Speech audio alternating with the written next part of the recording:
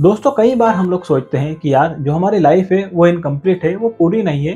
Professional life सुधारते हैं तब तक पर्सनल लाइफ बिगड़ जाती है, और पर्सनल लाइफ सुधारते हैं तब तक कहीं ना कहीं प्रोफेशनल लाइफ बिगड़ जाती है।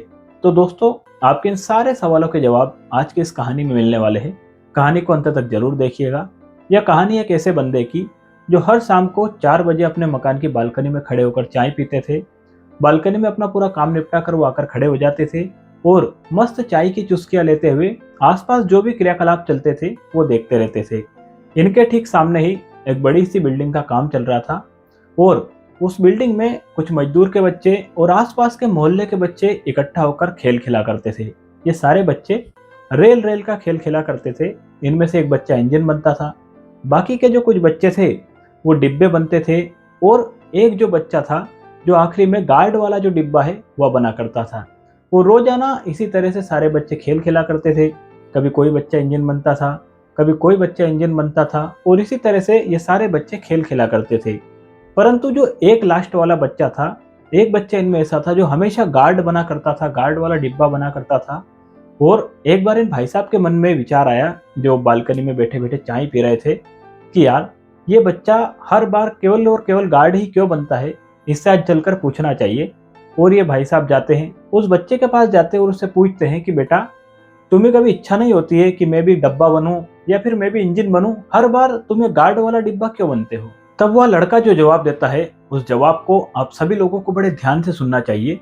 वो लड़का कहता है कि अंकल, आपका कहना सही है, मुझे भी इंजन या फिर डब्बा बनना चाहिए, परंतु अंकल मेरे पास में पहनने के लिए कोई शर्ट या फिर टी शर्ट नहीं है, और यदि मैं इंजन या फिर डब्बा बन गया तो ये बाकी के लड़के मुझे पकड़ेंगे कैसे, और यदि ये मुझे पकड़ नहीं पाए तो फिर ये खेल आगे बढ़ेगा कैसे। इसलिए मैं चुपचाप जो है गार्ड वाला डिब्बा बन जाता हूँ, और ये पुराना सा टॉयल फिराते हुए मैं इस रेल के पीछे का हिस्सा बन जाता हूँ। दोस्तों कहानी बड़ी छोटी सी है, परंतु कहानी में बहुत बड़ी सीख छुपी हुई है। दोस्तों यह कहानी हमें सिखाती है कि जो लाइफ है वो किसी की भी पूरी नहीं है। यदि वह छोटा बच्चा चाहता तो वह इस खेल को खेलता ही नहीं, दूर कहीं उदास मायूस सा बैठ जाता, परंतु वह बड़ी शिद्दत से इस खेल को खेलता है, बड़ा खुश होता है, और आखिर में बिना किसी के कहे चुपचाप जो है डिब्बा बन जाता है। दोस्तों यह कहानी हमें सिखाती है कि हम लाइफ में कितना रोते हैं, कभी मान के लिए, कभी सम्मान के लिए, कभी पद के लिए, कभी प्रतिष्ठा के लिए, कभी पैसों के लिए, तो कभी रंग के लिए, कभी रूप के लिए। हम लाइफ में कितना रोते हैं,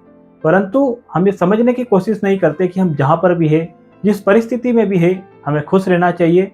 तो दोस्तों लाइफ में रोना बंद कीजिए। आप जहां पर भी है वहां पर एक अपॉर्चुनिटी आपका इंतजार कर रही है। बस अपने आप को तराशना शुरू कीजिए और लाइफ में आगे बढ़ना शुरू कर दीजिए। दोस्तों यदि यह कहानी आप लोगों को पसंद आई हो तो आप इस चैनल को सब्सक्राइब भी कर सकते हैं, क्योंकि हर रोज सुबह 8:30 बजे इस चैनल पर हम लोग आप लोगों के लिए इसी तरह की प्रेरणादायक और मोटिवेशनल स्टोरी लाते रहते हैं। याद रखिए, यदि आप कुछ अच्छा सुन रहे हैं तो उसे आप गोपाल कलमुदिया यूट्यूब चैनल पर सुन रहे हैं, इसलिए इस चैनल को सब्सक्राइब कीजिए, क्योंकि जो सुबह की शुरुआत होती है वो कुछ अच्छा सुनने के साथ में, कुछ अच्छा समझने के साथ में होनी चाहिए।